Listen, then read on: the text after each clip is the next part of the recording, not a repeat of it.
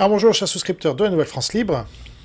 Comme tous les débuts de mois, donc j'enchaîne les revues de presse mensuelles internationales. Donc après celle sur la reconstitution de l'URSS pour le mois de juin, voici celle sur les États-Unis et le Canada, donc l'Amérique du Nord, pour juin 2024.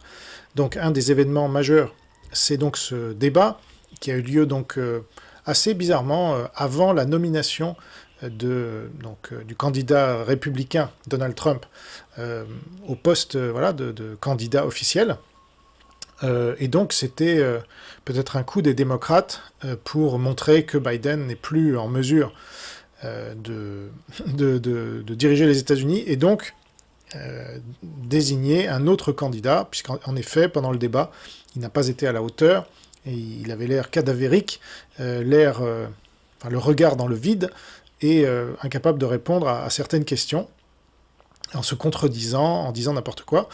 Donc Trump en a profité évidemment, les sondages sont largement en sa faveur désormais, et donc le camp démocrate panique, apparemment, parce que on peut aussi se dire que c'était planifié tout cela, pour mettre la pression sur Biden pour qu'il se retire de la course, ce qu'il n'a pas encore fait officiellement, et donc on est encore dans le doute quant au fait qu'il va se représenter. Ce serait vraiment très étonnant maintenant. Surtout après ça, il y a des gens de son camp, Nancy Pelosi et New York Times, qui appellent à ce qu'il se retire de la course, tout en restant évidemment président des États-Unis jusqu'à la fin de son mandat, mais on ne voit pas trop pour l'instant qui pourrait le remplacer à gauche, puisqu'il n'y a pas eu de campagne.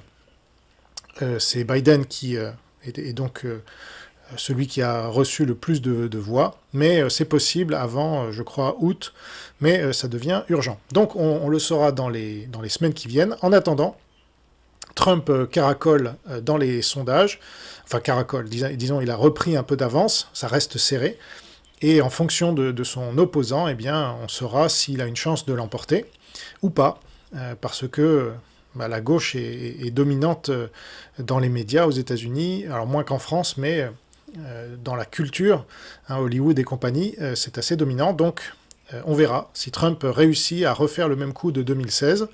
On peut le souhaiter, évidemment, quand on est un patriote américain.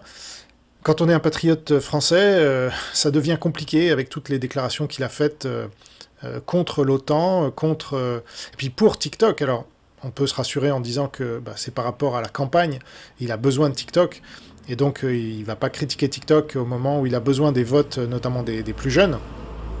Mais c'est quand même préoccupant pour la suite, parce que cela signifierait qu'il n'est pas si anti-Poutine que ça, et ni si anti-PCC que ça.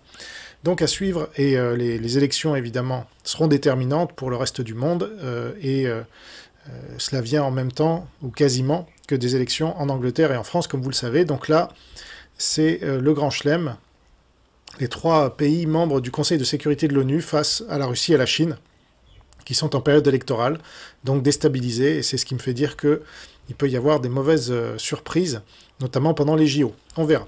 Alors, on commence